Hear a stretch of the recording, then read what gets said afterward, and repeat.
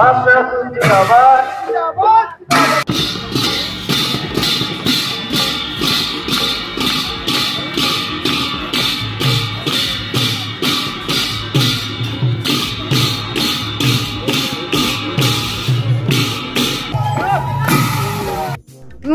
ধেমেচি কলালুৰ কোচগাঁৱত 515তম মহাবীৰ চিলাৰায় জন্ম জয়ন্তী উদযাপন হয়। ষষ্ঠীৰ সৈতে পদযাত্ৰা কৰি গায়ন বায়নৰ লগতে বিভিন্ন জনগোষ্ঠীয় সাংস্কৃতিক দলসমূহৰ সাংস্কৃতিক শোভাযাত্ৰাত অংশগ্ৰহণ।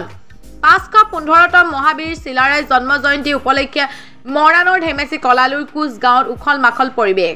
সদৌ কোচ ৰাজবংশী ছাত্ৰ সন্থা ডিব্ৰুগড় জিলা উদ্যোগত খোৱাং আঞ্চলিক সমিতি অৰুণোদয় সংঘ সন্মিলিত যুৱ মঞ্চ ধেমেচিৰ সহযোগত আৰু স্থানীয় ৰাইজৰ আতিথ্যত এদিনীয়া বৰ্ণাঢ্য কাৰ্যসূচীৰে উদযাপন কৰা হৈছে মহান বীৰ চিলাৰায় 515তম জন্ম জয়ন্তী।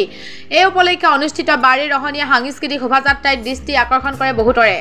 শোভাযাত্ৰাত ধেমেচি কলালুৰ কোচ গাঁৱৰ মাজেৰে ষষ্ঠীৰ সৈতে পদযাত্ৰা কৰি গায়ন বায়নৰ লগতে বিভিন্ন জনগোষ্ঠীয় সাংস্কৃতিক দলসমূহে নৃত্য গীত পৰিৱেশন কৰে।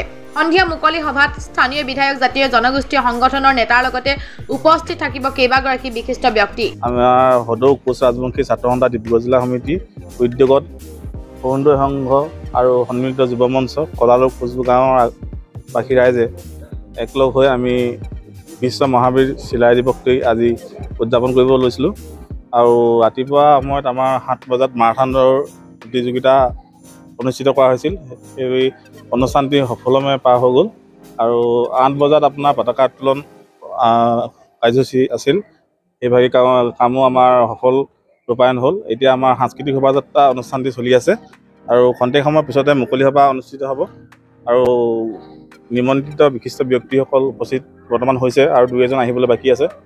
বিগত বছৰতে এবাৰো আমি আমাৰ ইয়াৰে স্থানীয় শ্ৰীযুত খগেন চৌধুৰী ডাঙৰীয়ালৈ আমি চিলাই বঁটাটি প্ৰদান কৰিম বুলি মনস্থ কৰিছোঁ। ইয়াত আপোনালোকে দেখিছে যে বিভিন্ন ধৰণৰ কাৰ্যসূচীৰ মাজেৰে আজি আমাৰ চিলাই দিৱস খুব সুন্দৰভাৱে আগবাঢ়ি গৈছে আৰু ৰাইজৰ বিপুল অংশগ্ৰহণ আমি দেখিবলৈ পাইছোঁ।